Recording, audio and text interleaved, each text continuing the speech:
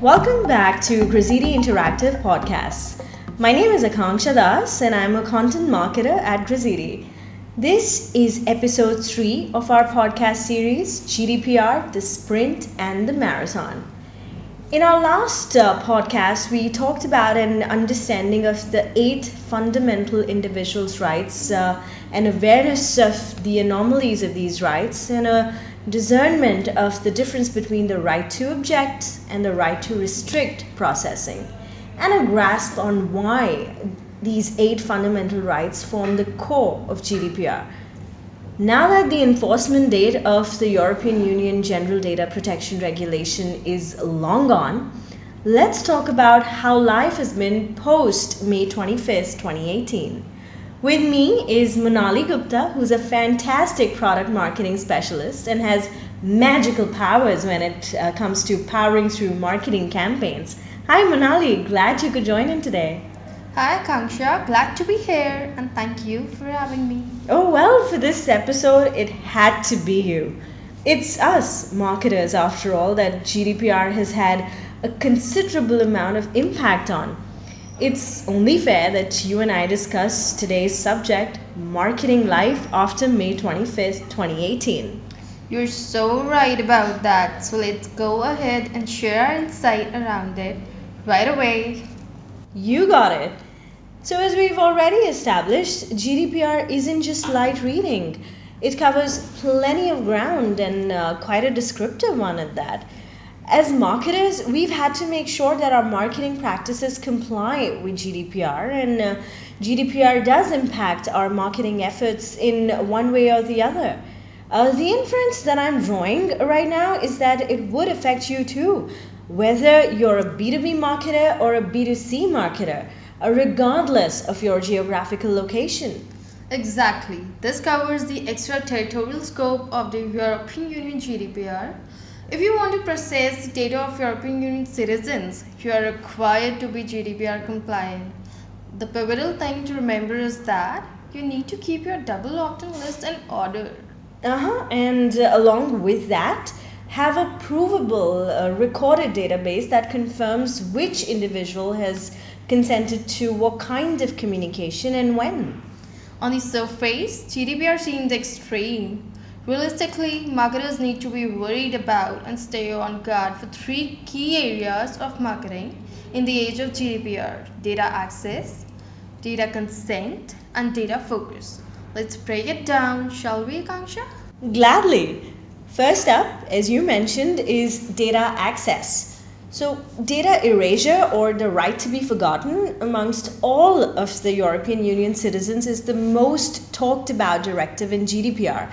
It gives an individual the liberty to have the data controller erase their personal data or cease further dissemination of the data, and potentially have third parties terminate the processing of their data altogether. For instance, for a few organizations, it's already been implemented. Like Google, for example. It was forced to remove pages from its search engine results so as to comply with this right. As a marketer, it's your responsibility to ensure that the customers can easily access their data and that they can withdraw consent for the use of their data as well.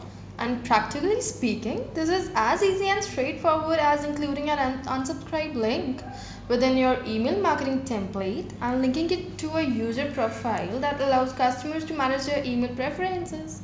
That sounds easy enough, right? But, well, it's easier said than done. Even though it's time consuming, but reviewing your past campaigns could be a good idea just to determine how many of the emails contained the unsubscribe link. Moving on, the second key area of marketing that marketers need to be worried about is data consent. Ah, the center of the GDPR universe. Absolutely. So, data consent is about how you manage opt-ins or people that request to receive your marketing material. However, like you discussed in your previous session, Akanksha, companies cannot rely upon soft opt-ins or implied consent. Now, for every marketing campaign or promotional stuff that you send to your customers, you have got to get them to express consent in a specific freely given, informed, and unambiguous way. Which is then reinforced in a clear affirmative action. In essence, this means that whatever stage of your marketing an individual is at, be it a prospect, lead, a customer, or an advocate, they physically need to and explicitly need to confirm that they wish to be contacted. You can't just assume consent from your customers, but ensure that you're actively sought after, with a written documentation, of course. Opt ins need to be a deliberate choice for each campaign or promotion. The third area is data focus. As marketing folks, we're all guilty of collecting a little more than we need from the individual, that is. Ever since GDPR came into being, we have consciously been asking ourselves what kind of information about a person can we do without? And more often than not, we steer clear of any information that isn't absolutely necessary. Exactly, because with this in mind, GDPR requires you to legally justify the processing of personal data that you collect and data that you store. It's not as appalling as it sounds, though. It just means focusing on the must have information rather than the good to know information. It's like having 10 pairs of Manolos and still lusting over another pair of Louboutins. What a perfect analogy for it. How relatable for us. Right. So, basically, what we mean is just stick to the basics and avoid collecting any unnecessary data. Moving on, let's talk about a big factor that has changed our marketing life: double opt in. So, double opt in itself is a pretty simple process. You fill a form, you receive an email asking you to confirm if you're interested in receiving marketing or promotional material, and so you do. Sounds simple enough, right? But the challenge is getting people to double opt in. Big challenge. I think email marketing specialists should ideally offer valuable, personalized content in exchange for opt in consent. What's your take on it, Akanksha? What would you suggest that our listeners should do to encourage people to go through the double opt in process? Primarily what you just said, Manali. Also, content marketing comes into action here. If you provide something of value to your customer in exchange for their contact details that they provide you with voluntarily, it's a sure shot clean lead.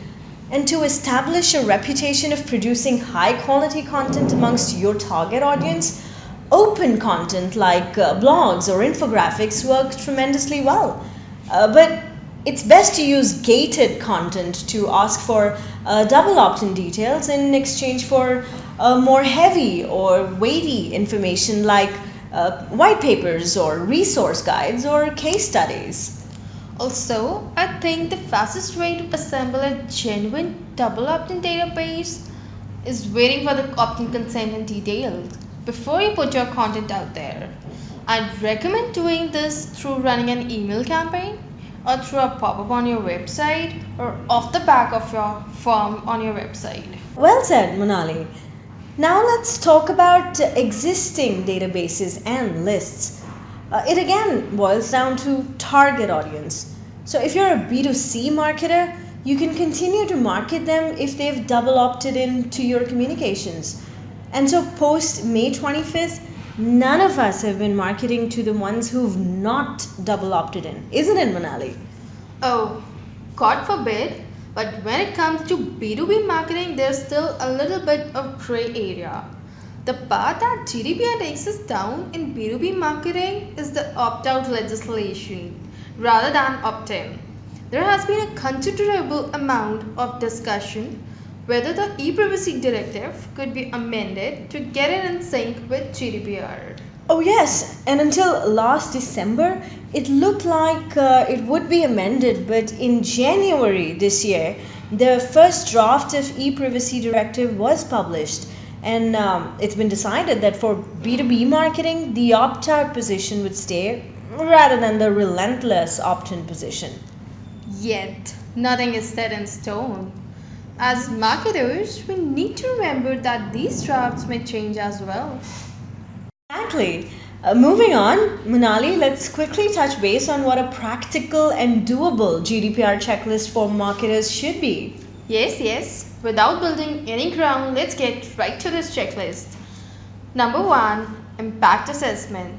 Determine how GDPR affects you. And quite simply, if you're contacting anyone in the EU, you'd be affected by GDPR, regardless of your geographical location.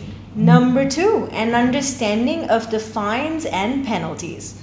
Scary, but they're significant, so always remember them to ensure that you do not get any.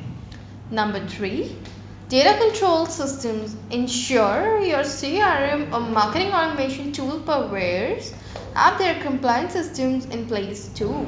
Number 4, check your cookie notices and privacy statements and ensure that they're in sync with GDPR. Number 5, get the specifics of your opt-in statement right.